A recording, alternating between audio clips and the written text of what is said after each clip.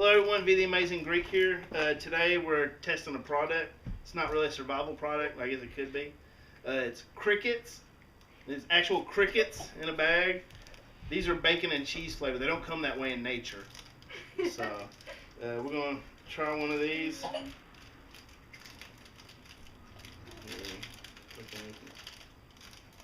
Ew. One with his legs and everything. Alright, so it's really a cricket. Let me see real quick. See? What's the black on the top? His eyes. Oh, Smells like old bacon.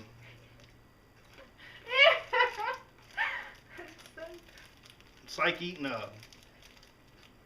it reminds me of a sunflower seed that maybe went bad.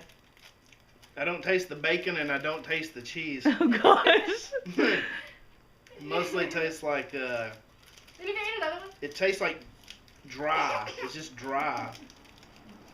Let me try another one. Maybe this one's got better Ew, you're dropping them. flavor on it.